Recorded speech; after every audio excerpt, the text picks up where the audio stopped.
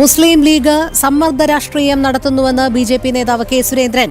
മുസ്ലിം ലീഗും ജമാഅത്തെ ഇസ്ലാമിയുമാണ് അജണ്ട സൃഷ്ടിക്കുന്നതെന്ന് തെരഞ്ഞെടുപ്പിന്റെ തുടക്കം മുതൽ കണ്ടതാണ്. വിദ്യാഭ്യാസം പോലെ ഗൌരവമേറിയ വകുപ്പ് ദേശീയ പാർട്ടിയാണ് കൈകാര്യം ചെയ്യേണ്ടതെന്നും അതൊരു വർഗീയ പാർട്ടിക്ക് നൽകരുതെന്നും കെ. സുരേന്ദ്രൻ പറഞ്ഞു.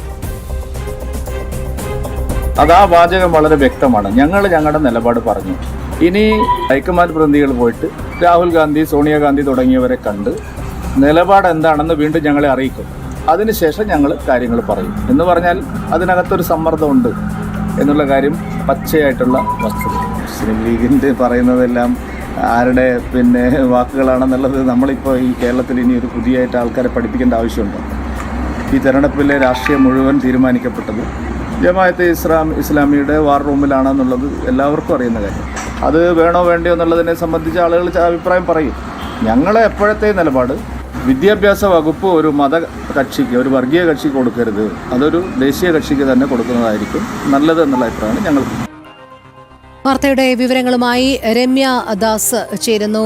രമ്യ, മുസ്ലിം ലീഗ് സമ്മർദ്ദ രാഷ്ട്രീയം കളിക്കുകയാണ് എന്നാണ് ബി.ജെ.പി. നേതാവായ കെ. സുരേന്ദ്രന്റെ ആരോപണം. നിർണായകമായ വകുപ്പുകൾ തങ്ങൾക്ക് വേണം എന്ന് അവകാശപ്പെടുന്നതിലൂടെ മുസ്ലിം ലീഗും ജമാഅത്തെ ഇസ്ലാമിയും അവർ ഒരുമിച്ചൊരു അജണ്ട നടപ്പിലാക്കുകയാണ് എന്ന് തന്നെയല്ലേ മനസ്സിലാക്കേണ്ടത് എന്നല്ലേ കെ. സുരേന്ദ്രൻ പറഞ്ഞു വയ്ക്കുന്നത്?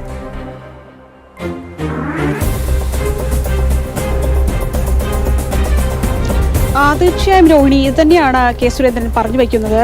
അതായത് UDF ഇപ്പോൾ നിലവിൽ മുഖ്യമന്ത്രിയെ തിരഞ്ഞെടുക്കാനുള്ള നടപടികളാണ് പുരോഗമിച്ചുകൊണ്ടിരിക്കുന്നത്. ഇടയിൽ തന്നെയാണ് ലീഗ് കൃത്യമായി തന്നെ സമ്മർദ്ദതന്ത്രം, മുഖ്യമന്ത്രിയെ തിരഞ്ഞെടുക്കുന്നതിനായി സമ്മർദ്ദതന്ത്രം ചൊലുത്തുന്നുണ്ട് എന്ന് തന്നെയാണ് കെ. സുരേന്ദ്രൻ പറഞ്ഞു വയ്ക്കുന്നത്. ഇന്ന് കോഴിക്കോട് ഇതാണ് ഇദ്ദേഹം പറഞ്ഞത് മാധ്യമങ്ങളെ കണ്ട്. കൂടാതെ തന്നെ ഈ UDF അധികാരത്തിൽ വന്നാൽ ജമാഅത്തെ ഇസ്ലാമിയും അതുപോലെ തന്നെ ലീഗുമാണ് കാര്യങ്ങൾ തീരുമാനിക്കുക. കൂടാതെ തന്നെ സുപ്രധാന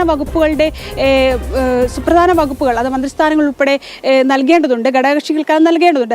അതിൽ പ്രധാനപ്പെട്ട വകുപ്പുകൾ, അതായത് വിദ്യാഭ്യാസം, അതുപോലെ തന്നെ റവന്യൂ, ആരോഗ്യവകുപ്പ് തുടങ്ങിയ വകുപ്പുകളും ഈ ഘടകകക്ഷികൾക്കായി വീതം വെച്ച് നൽകേണ്ടതുണ്ട്. അപ്പോൾ ഈ പ്രധാനപ്പെട്ട വകുപ്പുകളെല്ലാം ലീഗിനായിരിക്കും, അല്ലെങ്കിൽ ഈ ഇത്തരത്തിലുള്ള സമ്മർദ്ദതന്ത്രം ചൊലുത്തി ലീഗായിരിക്കും നേടിയെടുക്കുക എന്നുള്ള ആശങ്ക കൂടി അദ്ദേഹം പങ്കുവയ്ക്കുന്നുണ്ട്.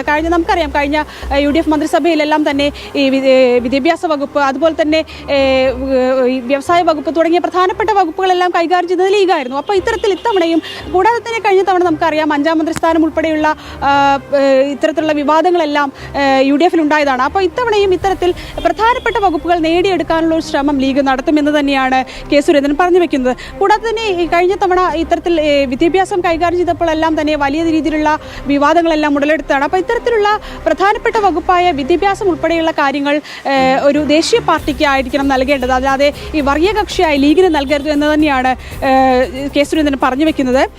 കൂടാതെ തന്നെ ഈ 5 വർഷം, കാരണം ഈ തെരഞ്ഞെടുപ്പിന് മുന്നേ തന്നെ നമ്മൾ കണ്ടതാണ്. അപ്പോൾ ഈ 5 വർഷം എങ്ങനെയായിരിക്കും ഇത്തരത്തിൽ UDF ഭരണം മുന്നോട്ട് കൊണ്ടുപോകുക, അല്ലെങ്കിൽ ഇത്തരത്തിൽ ജമാഅത്തെ ഇസ്ലാമി അതുപോലെ തന്നെ മുസ്ലിം ലീഗും വലിയ രീതിയിലുള്ള വർഗീയ പാർട്ടിയാണ്. അപ്പോൾ ഇവരെങ്ങനെയായിരിക്കും ഇത്തരത്തിൽ ഈ ഭരണം മുന്നോട്ട് കൊണ്ടുപോകുക എന്ന ആശങ്ക കൂടി കെ. സുരേന്ദ്രൻ പങ്കുവയ്ക്കുന്നുണ്ട്. രോഹിണി.